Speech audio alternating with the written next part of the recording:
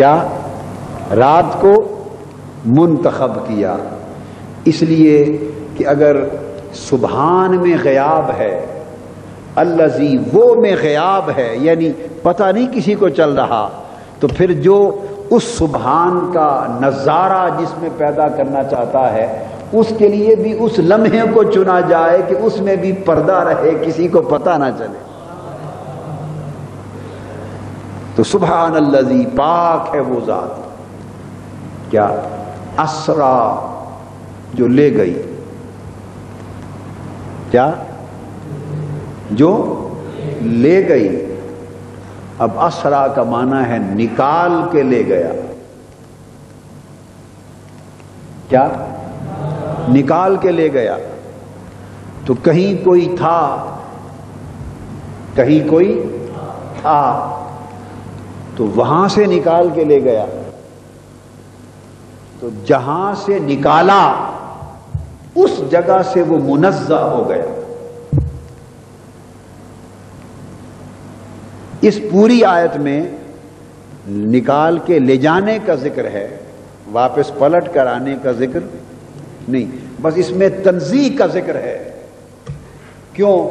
کہ اس کا عنوان سبحان ہے، اس کا عنوان سبحان۔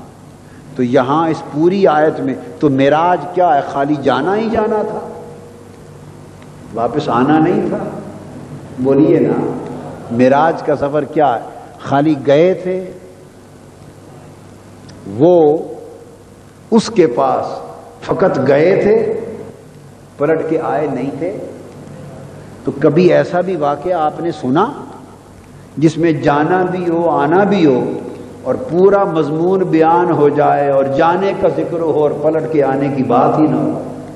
کبھی سنا؟ کوئی ایسا واقعہ بھی سنا؟ جی،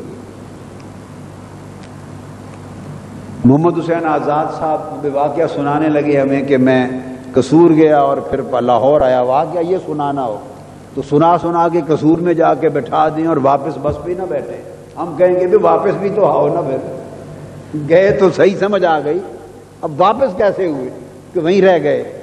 تو سفر معراج میں تو جانا بھی ہے اور آنا بھی ہے، مگر یہ پوری آیت مضمون معراج کو بیان کرتی ہے، اس میں فقط لے جانا ہی ہے، فقط لے جانا ہی ہے، واپس لانے کا ذکر ہی نہیں۔ کیوں؟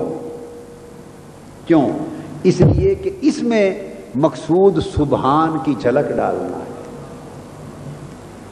اس میں مقصود بس لے جانا ہے، کیا؟ نکال کے لے جانا ہے۔ کہاں سے؟ اس جہاں سے جس جہاں سے منزہ کرنا ہے، اس بشریت سے۔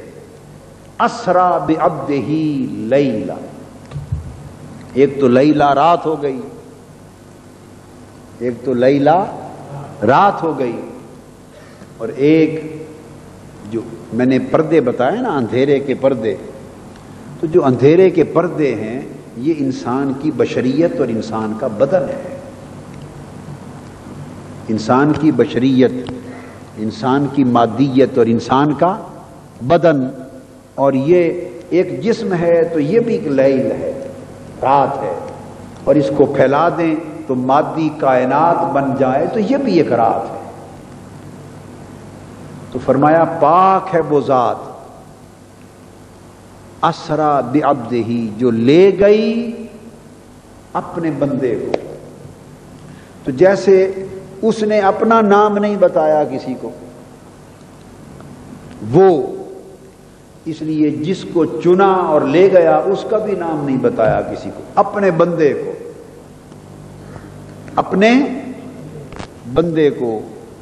تو اب وہ کون تھا، یہ کون تھا، یہ ساری غیاب میں بات اس لیے کی تاکہ یہ اتنا راز ہے کہ اس کے اپنے بندے کی بات ہے، تو جو اس کے اپنے ہوں گے ان پہ راز کھل جائے گا، جو اپنے نہیں ہوں گے وہ تلاش میں سرگرداں رہیں گے۔ تو فرمایا پاک ہے وہ ذات جو لے گئی اپنے بندے کو، نکال کے لے گئی، کہاں سے؟ لیلن، رات کے پردوں میں سے۔ رات کے یعنی اس جسم کے پردوں سے نکال کے لے گئی، مادی پردوں میں سے نکال کے لے گئی،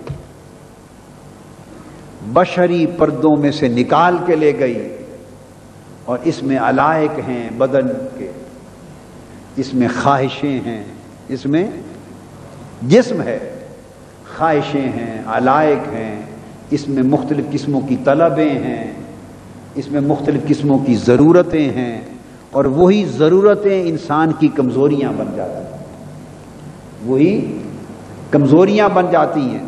تو چونکہ محبوب میں سبحان کی جھلک پیدا کرنی تھی تو فرمایا پاک ہے وہ ذات جو لے گئی اپنے خاص بندے کو ان علائق بدنی اور علائق دنیا کی اس ساری اندھیری رات سے نکال کے لے گئی، نکال کے لے گئی۔ اور پھر جب نکال لیا علائق بدن سے تو یہ کیفیت تو اس لے جانے سے پہلے بھی تھی کہ 40 دن غار حرا میں رہتے تھے آقا علیہ السلام، اور 7 دن کے ستو اور کھانا لے جاتے تھے اور وہ بچ کے واپس آ جاتا تھا۔ تو 40 دن تو کھائے پیے بغیر پہلے بھی گزار کے آ جاتے تھے۔